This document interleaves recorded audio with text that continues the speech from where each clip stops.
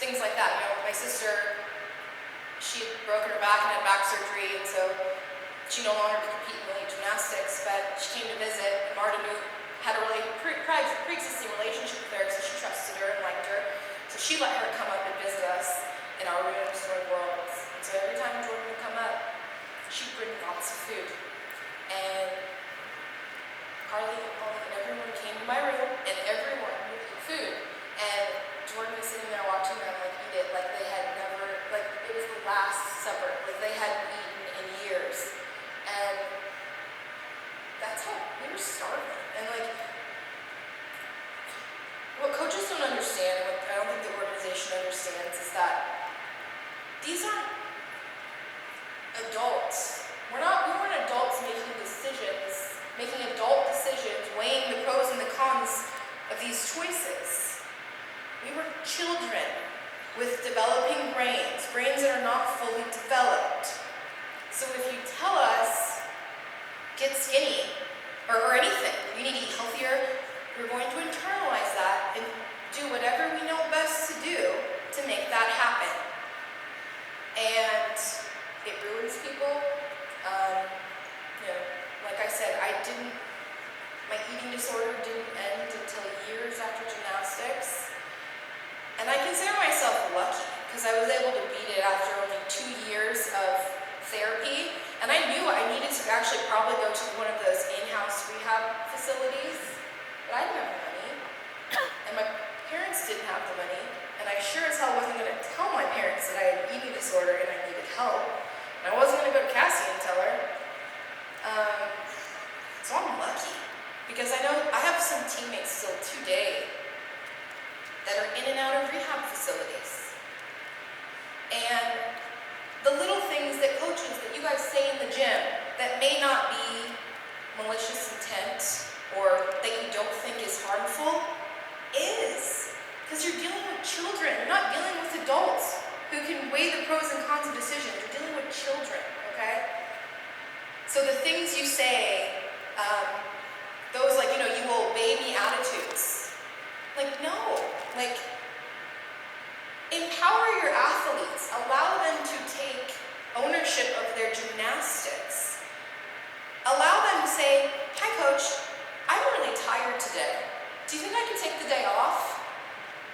And allow them to walk away not feeling like they let you down, but that it's just part of the strategic plan in order to keep them healthy and happy. And you guys need to realize that gymnastics isn't everything. We end this sport at a very young age, and then we have to go into the real world. And I'm in the real world now. I'm an attorney, and I'm in a world where there's a lot of old white pudgy men, and they're the most successful people in the room all the time. And I feel so we see these little Olympic athletes, and the whole world thinks we're the most mature and confident women and little girls in the world, and we're going to grow up to be these mature, confident people. No, if anything, it's the opposite. We grow up to have anxiety, have depression, feel like we can't make decisions for ourselves because we have never been able to make a decision for ourselves. You didn't let us decide our assignment that day. We were told what we had to do every single day, every single event, every single skill for our entire childhood. How we were going to eat, how we were going to sleep, everything. So when we get out to the real world, we don't know how to make decisions on our own.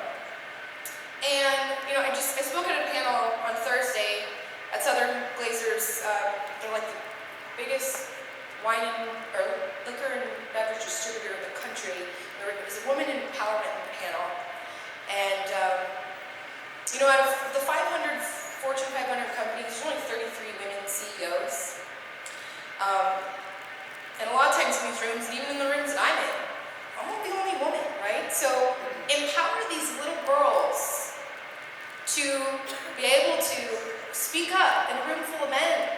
Empower them to be able to break glass ceilings and be confident and make their own decisions. Because you only have them for a short period of time, and then they have to live the rest of their life. Your job is to make sure your athletes are well-rounded, healthy, and happy, so when they go into the real world, they can succeed. feel like they can't make the decision, they can't raise their hand in the room, they're alone. Make them feel confident so they can walk into a room full of men, and when there's a position to be president of a company, they're going to raise their hand and put their name in the hat and say, yeah, like, I can do that. Because my whole life I've been empowered to be able to make decisions for myself, and I've been supported instead of beat down like we have, okay? My whole generation was beat down. And I don't coach every day, and I'm not in the gym every day, but I still stay involved, and I hear things, and I've heard there's some progress, but there's still a lot of coaches out there, maybe some of you in this room, who think the old school, that's the only way to do it, that's the only way to win. It's not. You guys are breaking these girls, little girls and boys, you're breaking their spirits for life. And these are the burdens they have to carry on for the rest of their lives. As a coach, that is not what you should be doing. You should be ashamed of yourselves if you continue to coach that way. So let's do better. We need to do better for the current generation, do better for the future generation. Start figuring out ways we can be successful and empower your athlete. Allow them to communicate. Make them communicate with you. Open your eyes. See if there's a problem. Don't turn the other way.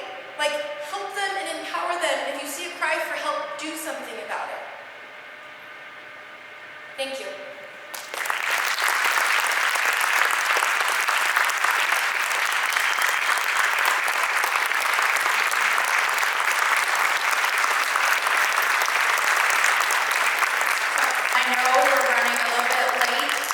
But I have two more things that I just wanted to share with you, so if I could go to those slides and show you.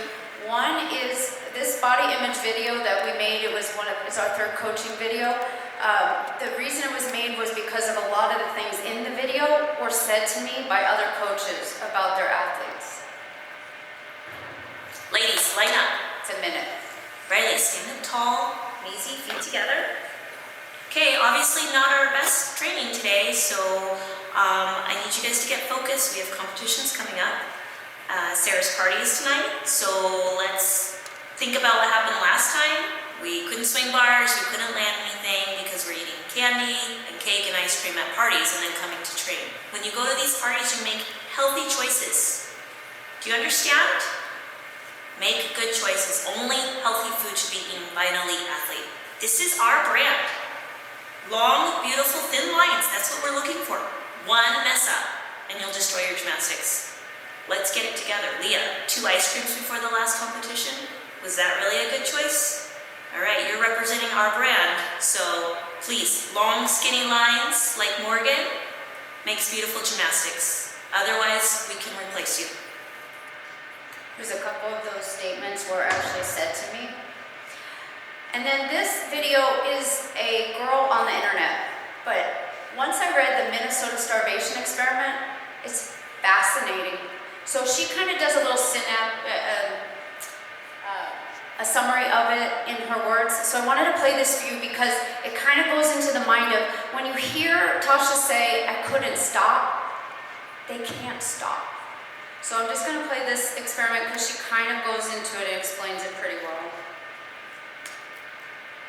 The Minnesota starvation experiment was a study done by Ansel Keys in the late 40s to study the effect of famine on war-torn countries in Europe post-World War II. That was the original intent, but it ended up being a massively interesting study on how dieting affects the human body and the discovery of starvation mode. Here's how the experiment worked.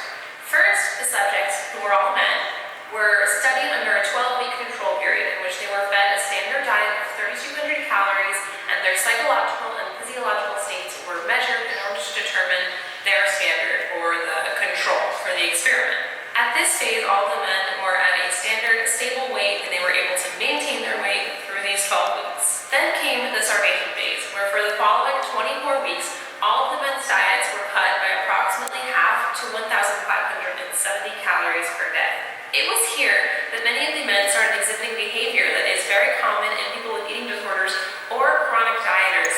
Here are some of the things that happened to the men when the calories were cut to this level. Their strength and energy decreased. They became apathetic about all topics of of interest except for food, which became their primary focus in life. They would read cookbooks and they would stare at pictures of food.